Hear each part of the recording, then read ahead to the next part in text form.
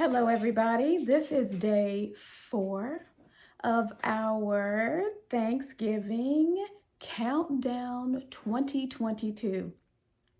I am so excited to share with you today's fabulous recipe, but I wanted to tell you a little bit about why I choose or why I feel it's necessary to treat my patients or my clients with a gluten-free diet.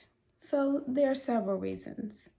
Firstly, there are studies that show that there's actually damage to the pancreatic cells called the beta cells.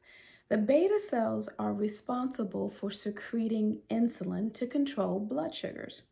So if there's damage to the beta cells, then that means that there may be changes in the way the actual molecule of insulin looks, so that when it gets to the cells, it doesn't attach to the cells properly. That's one theory. That's mine.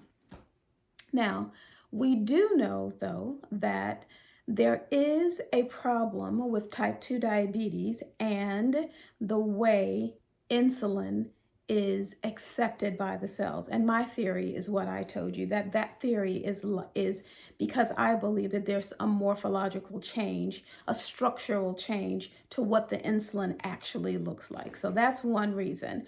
Another reason is because there are studies that actually show that a gluten-free diet may increase the beta cell volume, meaning that there are more beta cells, so that there's an ability for those beta cells to be able to secrete the insulin that's necessary to usher glucose from the bloodstream into the cells where it's needed to produce energy. The third reason that I don't use that I don't use gluten is because we do know that gluten damages the intestinal cells of the gut and causes what's called increased intestinal permeability. Now that's a big word, or a couple of big words, but it really just means that the gluten molecule actually damages the lining of the stomach and kind of puts holes in it. Now, what's very interesting to me is we have this phenomenon that is gaining more and more popularity. It's called a leaky gut syndrome.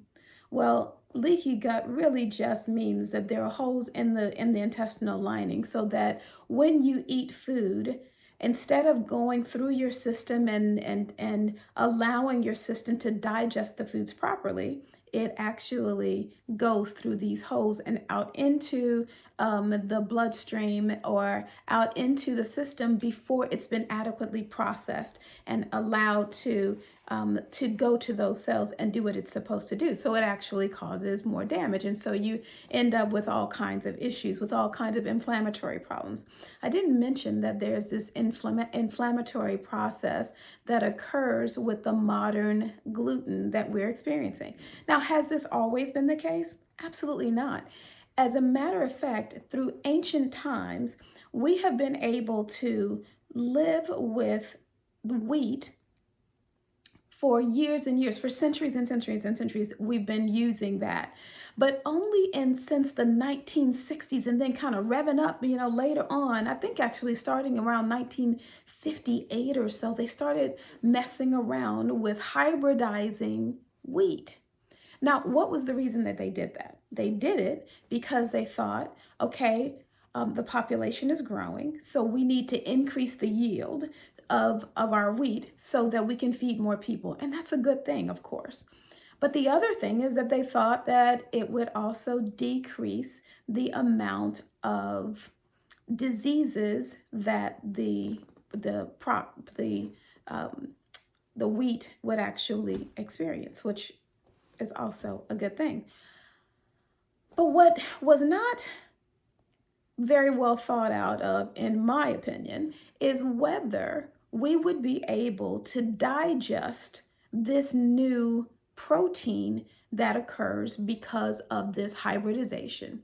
Now, it's very interesting to me that Leviticus 19:19 says, do not put two seeds in one soil.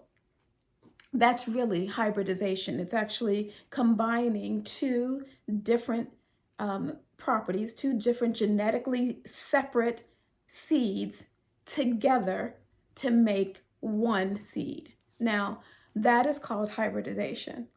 So we've often thought, well, it's safe, there's nothing, it doesn't do anything, there's no problem with it, we're just increasing our yield. But what we are discovering is that people really just cannot tolerate it.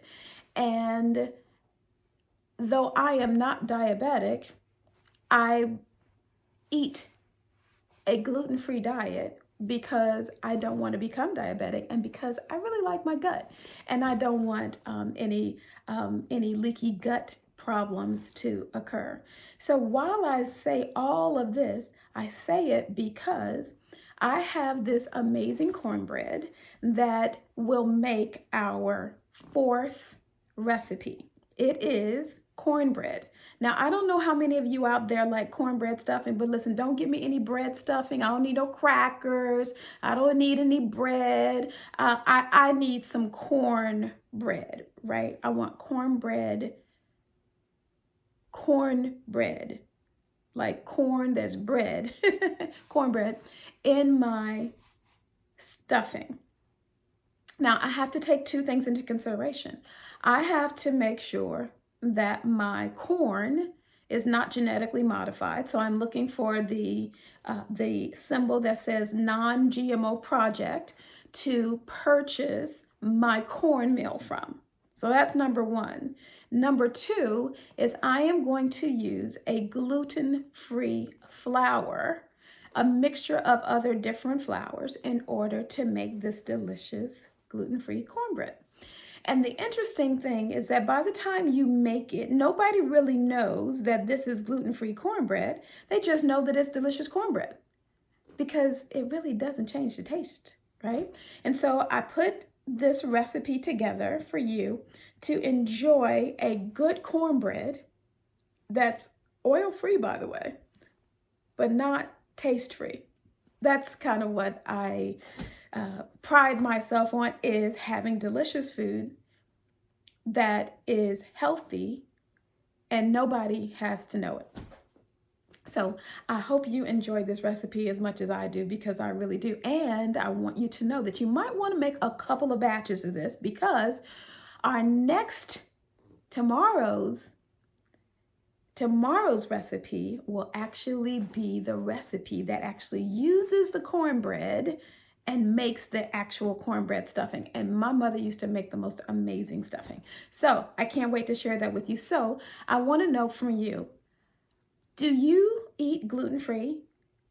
Or have you ever noticed that there is a genetically modified corn that we want to, have you even noticed the non-GMO project?